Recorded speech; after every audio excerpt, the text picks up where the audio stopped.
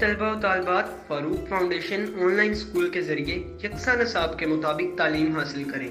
अगर हमारी वीडियोस पसंद आएँ तो चैनल को सब्सक्राइब करें और दोस्तों के साथ शेयर करें और बेल आइकन को लाजमी प्रेस करें ताकि आने वाली नई तालीमी वीडियोस आपको मिल सके। अस्सलाम वालेकुम बच्चों, ऑनलाइन स्कूल से आप मुकम्मल तालीम हासिल करके बोर्ड का इम्तहान बराए जमात नहमो दहम बेहतर तौर पर पास कर सकते हैं। अपनी उम्र और तालीम के मुताबिक मज़ीद तालीम हासिल करें। वालिदैन से फ़ोन या कंप्यूटर पर हमारी वीडियोस के ज़रिए तालीम हासिल करने की दरख्वास्त करें। रोज़ाना 1 से 2 घंटे ऑनलाइन पढ़ाई करें और जब आप स्कूल जाएंगे तो आपको मज़ीद किसी मदद की ज़रूरत नहीं होगी। इस तरह पढ़ाई करके अपना वक्त और वालिदैन के अखराजात में बचत कर सकते हैं। ऑनलाइन स्कूल की कोई फ़ीस नहीं है। जूम पर भी क्लासेस का फ़ायदा उठा सकेंगे। हर क्लास और हर मज़मून की मुकम्मल तालीमी वीडियोस मौजूद हैं। Assalamu alaikum dear students, so I am teaching you biology and we are going to discuss the chapter number 11 homeostasis of class 10th biology. On page number 18 you can see the major concepts: homeostasis in plants, homeostasis in humans, urinary system of humans, disorders of kidney. So here homeostasis may be defined as the homeostasis क्या होता है? It is actually the maintenance of internal condition of body at equilibrium despite changes in the external environment.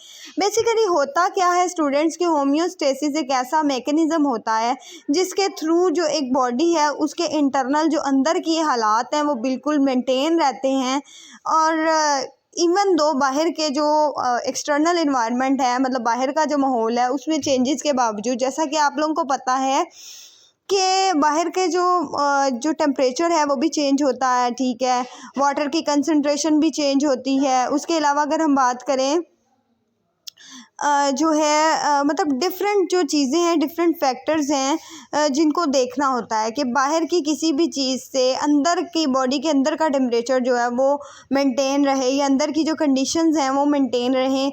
उस mechanism को, उसको process को हम लोग कहते हैं होम्योस्टेसिस। फॉर एग्जांपल उन्होंने कहा है the core temperature of human body remains at about 37 degree Celsius despite fluctuation in the surrounding air temperature. वो कहते हैं कि जो हमारा बॉडी टेम्परेचर है वो कितना होता है, 37 है। तो ऐसा होता है कि अगर बाहर का जो टेम्परेचर है बॉडी के बाहर का वो जैसा मर्जी हो जाए लेकिन हमारी बॉडी का टेम्परेचर 37 ही रहता है। It's because of the process homeostasis. ये होम्योस्टेसिस की वजह से ऐसा है। Similarly the blood glucose level remains about 1 gram per liter despite eating a meal rich in carbohydrate। बिल्कुल उसी तरह से अगर हम बहुत ज़्यादा रिच कार्बोहाइड्रेट से मतलब कि भरपूर कोई ग़िज़ा खा लेते हैं उससे भी हमारा जो है ब्लड में ग्लूकोज का जो लेवल है वो मेंटेन रहता है, ठीक है, क्योंकि उसमें कोई चेंज नहीं आता just because of the process homeostasis. तो इस तरह से स्टूडेंट्स होम्योस्टेसिस जो है बहुत इंपॉर्टेंट है, ये बहुत ज़्यादा इंपॉर्टेंट रोल प्ले कर रहा है हमारी लाइफ में। डिफरेंट जो ज़िंदगियां हैं उनकी जो है कि उनकी बॉडी फंक्शनिंग के लिए जो होम्योस्टेसिस है उसका बॉडी को मेंटेन रखना है, बहुत ज़रूरी है। Body blood cells need the internal environment in which condition do not change much। वो कहते हैं कि बॉडी के सेल्स जो हैं वो चाहते हैं कि इंटरनल इन्वायरमेंट जो है वो चेंज ना हो। Stable internal conditions are important. अंदर के जो हालात हैं बॉडी के, उनके अंदर जो कंडीशंस हैं उन हालात को बिल्कुल स्टेबल रहना चाहिए ताकि जो एंजाइम्स हैं बॉडी के अंदर प्रेजेंट वो प्रॉपर जो है अपनी फंक्शनिंग परफॉर्म कर सकें। अगर एक भी एंजाइम जो है वो प्रॉपर फंक्शन नहीं कर पाएगा तो जो सेल्स हैं हमारी बॉडी के अंदर, जो फंक्शनल यूनिट होते हैं, वो क्या कर जाएंगे, उनको नुकसान होगा, ठीक है। The following are some processes of homeostasis. तो इंटरनल कंपोनेंट्स की स्टूडेंट्स पहले हम बात कर लेते हैं। इंटरनल कंपोनेंट कौन कौन से हैं जिनका मेंटेन रहना ज़रूरी होता है। एक तो हो गया वाटर सॉल्यूट्स, ठीक है, सॉल्ट्स हो गए। उसके अलावा अगर हम बात करें ये तो हमारे हैं मतलब इंटरनल कंपोनेंट्स, ठीक है। इसके अलावा टेम्परेचर हो गया, ठीक है। ये सारी चीज़ें जो हैं इनका मेंटेन रहना बहुत ज़रूरी है। Now we are going to discuss the mechanism that are controlling homeostasis. Homeostasis को कौन से मैकेनिज्म कंट्रोल कर रहे हैं हम उसको देखेंगे स्टूडेंट्स। तो फर्स्ट है ऑस्मो रेगुलेशन, सेकंड है thermo regulation and third one is excretion. तो ऑस्मो रेगुलेशन बच्चों क्या होता है? It is maintenance of the amount of water and salts in the body fluids.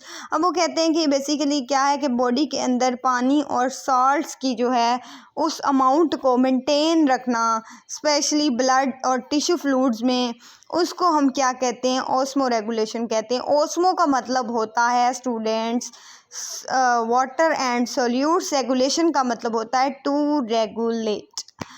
We know that the relative amount of water and salts in body fluids and inside cell control the processes of diffusion and osmosis। वो कहते हैं कि हम इस बात को जानते हैं कि पानी और नमकियात जो होते हैं हमारी बॉडी फ्लूइड में वो क्या करते हैं कि डिफरेंट प्रोसेसेस को इनसाइड सेल के अंदर कंट्रोल कर रहे होते हैं। वो कौन कौन से? डिफ्यूजन और ऑस्मोसिस हो गया। Which are essential for the functioning of cell, जो कि बहुत ज़्यादा सेल्स की फंक्शनिंग के लिए बहुत इंपॉर्टेंट है। एंड सेल्स का आप लोगों को स्टूडेंट्स पता है कि सेल्स एक्चुअली जो होते हैं वो फंक्शनल यूनिट होते हैं। जब सेल्स मिलते हैं तो टिश्यूज़ बनाते हैं, टिश्यूज़ मिलते हैं तो ऑर्गन्स बनते हैं, ऑर्गन्स मिलते हैं तो ऑर्गन सिस्टम बनते हैं, ऑर्गन सिस्टम जब बनता है तो फिर मुकम्मल ऑर्गेनिज्म बन जाता है। सो स्टूडेंट्स डिफ्यूजन जो होती है बेसिकली क्या होती है? मॉलिक्यूल्स की movement from the higher concentration to the lower concentration and osmosis about the movement of water molecules. तो अगर हम थर्मो रेगुलेशन की बात करें स्टूडेंट्स, तो थर्मो रेगुलेशन क्या होता है? Basically thermo regulation is very much necessary.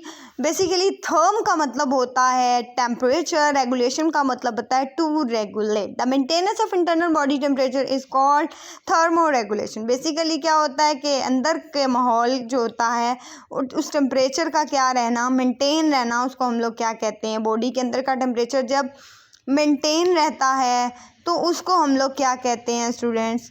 उसको हम बेसिकली कहते हैं कि ये थर्मो रेगुलेशन का प्रोसेस हो रहा है। The enzymes of body work best at particular temperature. वो कहते हैं कि हमारे जो बॉडी में एंजाइम्स प्रेजेंट हैं वो एक ख़ास टेम्परेचर पर जो है वो काम करते हैं। उस टेम्परेचर को हम कहते हैं optimum temperature. Any change in body temperature may affect the functioning of enzyme. अगर तो टेम्परेचर किसी भी तरह से अफेक्ट होगा स्टूडेंट्स तो इसका इश्यू होगा, बिकॉज अगर इफेक्ट होगा तो जाहिर बात है एंजाइम जो है वो प्रॉपर तरह से काम नहीं कर पाएंगे। अगर एंजाइम काम नहीं कर पाएंगे तो students it will be difficult to maintain the body condition, body metabolism, body functioning. ठीक है, तो थर्मो रेगुलेशन जो है वो होम्योस्टेसिस जो है इस होम्योस्टेसिस को कंट्रोल कर रहा है, थर्मो रेगुलेशन का mechanism. Now we are going to discuss the third one, that is excretion. Excretion is also a process of homeostasis. Excretion भी क्या है? एक प्रोसेस है होम्योस्टेसिस का। In this process the metabolic waste are eliminated from the body to maintain the internal condition and equilibrium. Basically वो कहते हैं कि एक्सक्रीशन जो है वो क्या होती है कि एक ऐसा अमल है, ये भी होम्योस्टेसिस को क्या कर रहा है? कंट्रोल कर रहा है। तो एक्सक्रीशन जो बेसिकली होती है वो क्या है कि metabolic waste, specially nitrogenous waste. Nitrogenous waste कौन सा होता है? Urea, uric acid. और अगर हम और बात करें यूरिया, यूरिक एसिड और अमोनिया जो है वो बेसिकली क्या हैं? एक्सक्रीशन में रोल प्ले कर रहे हैं। एक्सक्रीशन के थ्रू बॉडी से बाहर वेस्ट हो रहे हैं, क्योंकि वेस्ट मटेरियल है, अगर ये बाहर नहीं निकलेगा तो हमारी बॉडी को अल्टीमेटली नुकसान पहुंचेगा। ओके स्टूडेंट्स, तो यहाँ पे एक और बात बताती चलूँ कि एक्सक्रीशन का वर्ड आप लोग छोटी क्लासेस में भी सुनते आ रहे हैं, तो आप लोग इसकी डेफिनेशन लिखते होंगे, the removal of waste material from the body, कि किसी भी वेस्ट मटेरियल का, ज़ायाशुदा मादे का जिस्म से बाहर निकलना एक्सक्रीशन कहलाता है। बेसिकली ऐसा नहीं होता स्टूडेंट्स, आपने लिखना है the process in which metabolic waste, especially nitrogenous waste, eliminate from the body is known as the excretion। ठीक है, एक्सक्रीशन में नाइट्रोजनस वेस्ट जो है वो बॉडी से बाहर निकलता है और इंटरनल कंडीशंस को क्या करता है? मेंटेन करता है। ओके स्टूडेंट्स, दो टर्मिनोलॉजीज़ का मैं और बताने लगी हूँ जो आपकी बुक में नहीं है, but you should know about it कि एक्सक्रीशन के अलावा दो और प्रोसेसेस होते हैं। Number one is ईजेशन। ईजेशन, EGESTION, ईजेशन। ईजेशन basically क्या होता है? अनवांटेड मटेरियल का बॉडी से निकलना, मतलब जिसका ताल्लुक डाइजेस्टिव सिस्टम से होता है, मतलब वेस्ट मटेरियल, फीसिस का निकलना, ठीक है, फीसिस का निकलना बॉडी से क्या कहलाता है? ईजेशन कहलाता है। अगर हम सेक्रेशंस की बात करें स्टूडेंट्स, तो सेक्रेशंस क्या होते हैं? बॉडी के अंदर से डिफरेंट जो है सेक्रेशंस का निकलना, मतलब डिफरेंट सब्सटेंसेस का निकलना फ्रॉम ग्लैंड्स, लाइक ग्लैंड से हार्मोन्स का निकलना, ये भी एक्सक्रीशन में ही आता है, but it is different terminologies and you should know about it, ठीक है। अब हम बात करते हैं मेटाबॉलिक वेस्ट, जो ब्लू कलर के बॉक्स में आपका दिया हुआ है। Metabolic waste means any material that is produced during body metabolism and that may harm the body. वो कहते हैं कि एक ऐसा मटेरियल जो कोई भी मेटाबॉलिज्म जो बॉडी मेटाबॉलिज्म हो रहा होता है उस दौरान में जो भी वेस्ट मटेरियल बना है जो बॉडी के लिए नुकसानदेह है, उसको हम क्या कहते हैं? मेटाबॉलिक वेस्ट कहते हैं। And it should excrete from the body, ये बॉडी से ज़रूर निकलना चाहिए। Okay students, now we will discuss 11.1 homeostasis in plants. इससे पहले मैं आपको ये बता दूं कि इस पूरे पेज में जो आपने ऊपर वाले पैराग्राफ में एक होम्योस्टेसिस की डेफिनेशन याद करनी है, उसके अलावा आपने ये तीनों प्रोसेसेस के बारे में पढ़ना है कि ऑस्मोरेगुलेशन क्या होता है, थर्मोरेगुलेशन क्या होता है एंड एक्सक्रीशन क्या होता है। Now I will tell you about homeostasis in plants. Plants के अंदर होम्योस्टेसिस को कैसे मेंटेन किया जाता है। Plants respond to environmental changes and keep their internal condition constant. वो कहते हैं कि प्लांट्स भी इन्वायरमेंटल चेंजेस को, बाहर जो होने वाले चेंज होते हैं, फ्लक्चुएशंस होती हैं बाहर के इन्वायरमेंट में, उससे प्लांट जो हैं वो रिस्पॉन्स करते हैं और अपनी इंटरनल कंडीशंस को क्या करते हैं? कांस्टेंट रखते हैं। They apply different mechanism for the homeostasis of water. ये क्या करते हैं? मुख्तलिफ मैकेनिज़्म, मुख्तलिफ तरीक़ाकार को अपनाते हैं for the homeostasis of water के होम्योस्टेसिस को, वाटर को मेंटेन करने के लिए, और दूसरे केमिकल्स को जैसे oxygen, carbon dioxide, nitrogenous waste वगैरह वगैरह। तो प्लांट्स भी होम्योस्टेसिस करते हैं क्योंकि वो भी क्या है? जानदार हैं। जानदार चीज़ होगी तो ज़ाहिर बात है उनके अंदर होम्योस्टेसिस का प्रोसेस होगा। बेसिकली वो होम्योस्टेसिस का प्रोसेस होगा तो वो अपने प्रॉपर फंक्शनिंग कर पाएंगे। अगर होम्योस्टेसिस ही नहीं होगा, डिफरेंट मैकेनिज़म्स ही नहीं होंगे जिनके थ्रू होम्योस्टेसिस मेंटेन होता है, तो स्टूडेंट्स वो प्लांट जो है अल्टीमेटली उसकी डेथ हो जाएगी। जब एक निज़ाम ही नहीं बना होगा किसी चीज़ का कि वो प्रॉपर वे में फंक्शनिंग परफॉर्म कर सके, प्रॉपर तरीके से अपना काम कर सके, तो स्टूडेंट्स वहाँ पे काम नहीं होता। इसलिए होम्योस्टेसिस का मैकेनिज़्म जो है, प्रोसेस जो है वो बहुत इंपॉर्टेंट है, और प्लांट्स के अंदर भी होम्योस्टेसिस जो है वो डिफरेंट वेज से हो रही है। तो आइए अब उसको देखते हैं। 11.1.1 में देखें, removal of extra carbon dioxide and water. Carbon dioxide और ऑक्सीजन किस तरह से रिमूव होता है इन डे टाइम। वो कहते हैं सुबह के वक्त क्या होता है? The carbon dioxide produce during cellular respiration. वो कहते हैं कार्बन डाइऑक्साइड जो है वो प्रोड्यूस हो जाती है सेलुलर रेस्पिरेशन के दौरान, and is utilized in photosynthesis, और फिर फोटोसिंथेसिस में यूटिलाइज हो जाती है। फोटोसिंथेसिस के बारे में आप सबको पता है। It is the process through which plants make their on food in the presence of sunlight. Sunlight की मौजूदगी में पौधे अपनी खुराक खुद तैयार करते हैं। उस अमल को हम लोग क्या कहते हैं? फोटोसिंथेसिस। और hence it is not a waste product, यहाँ तक कि ये वेस्ट प्रोडक्ट नहीं है। कार्बन डाइऑक्साइड प्रोड्यूस होती है लेकिन ये वेस्ट प्रोडक्ट नहीं है। At night it is surplus because there is no utilization of carbon dioxide. लेकिन रात के वक्त ये थोड़ा सा मतलब सरप्लस सा हो जाता है, लाइक कार्बन डाइऑक्साइड की कोई भी यूटिलाइजेशन नहीं होती। It is remove from the tissue of cells by diffusion. तब ये कैसे निकलती है बॉडी से? डिफ्यूजन के प्रोसेस से निकल जाती है, ठीक है। Diffusion students, you know about the term diffusion. Diffusion का मतलब होता है ज़्यादा कंसनट्रेशन वाले एरिया से कम कंसनट्रेशन वाले एरिया की तरफ मॉलिक्यूल्स का मूव कर जाना। In the leaves and young stem carbon dioxide escape out through stomata.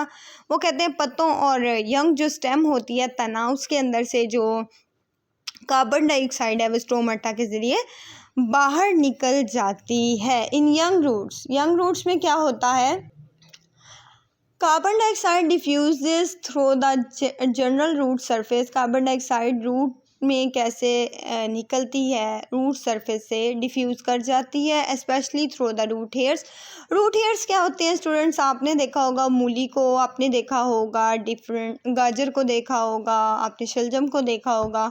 उसके नीचे जो है जहाँ पे उसका यू कैन से जहाँ पे उसकी टिप होती है, टॉप वाली नहीं बिलो वाली, उस टिप को अगर आप वहाँ देखें तो वहाँ से जो है रूट हेयर्स नज़र आ रही होती है, डिफरेंट रूट्स धागे नुमा जड़ें नज़र आ रही होती हैं, उसको रूट हेयर्स कहते हैं। तो रूट हेयर्स के थ्रू भी जो है वो कार्बन डाइऑक्साइड डिफ्यूज़ कर जाती है।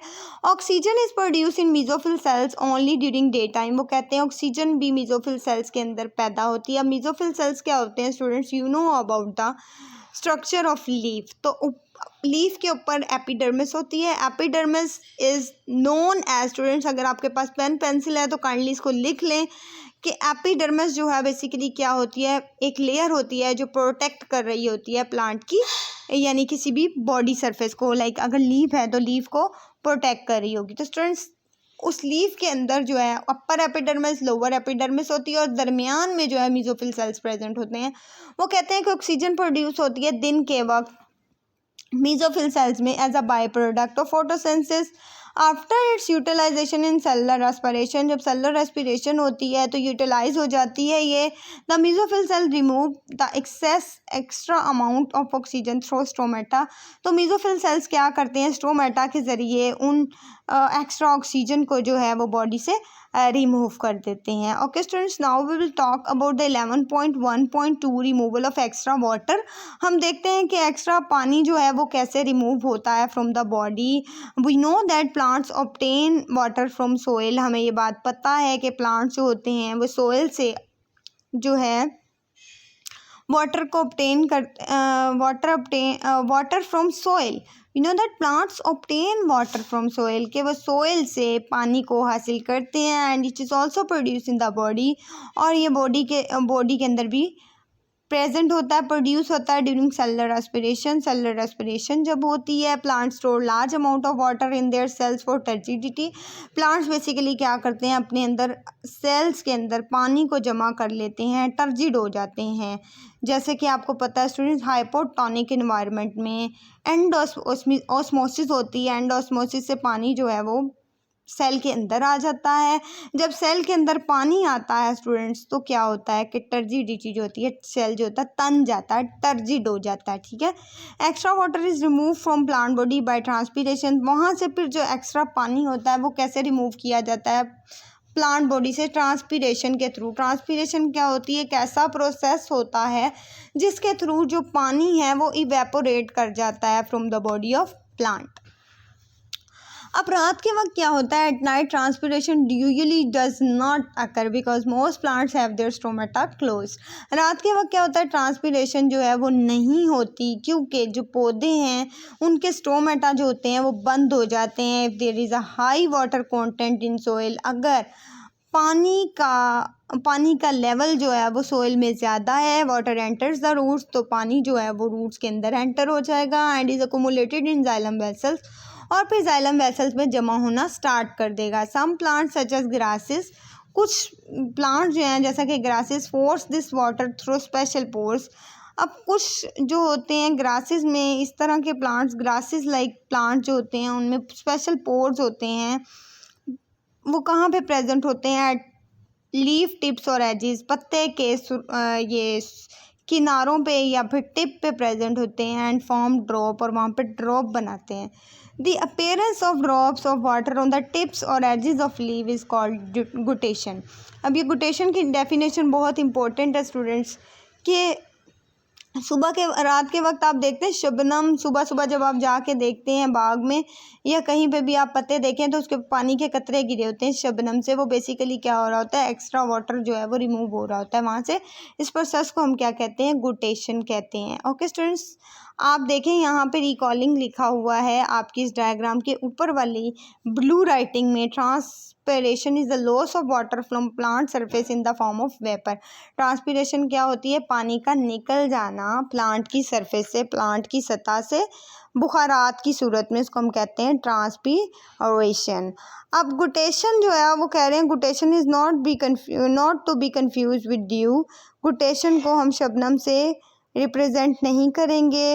विच condenses from the atmosphere on to the plant surface, guttation को आप शबनम का नहीं कहेंगे, लेकिन ये शबनम के कतरों जैसी ही होती है। बेसिकली वहाँ से एक्सक्रीशन हो रही होती है। गुटेशन इन डिफरेंट प्लांट्स, ये आप पिक्चर में देख सकते हैं कि किस तरह से गुटेशन के थ्रू जो है पानी जो है किस तरह से एलिमिनेट होता है प्लांट की सरफेस से। ओके स्टूडेंट्स, 11.1.3 में देखें removal of other metabolic waste. दूसरा मेटाबॉलिक वेस्ट किस तरह से पौधे की सतह से बाहर निकलता है या पौधों में किस तरह से निकलता है, उसको हम लोग देख लेते हैं। Plant deposit many metabolic waste in their bodies.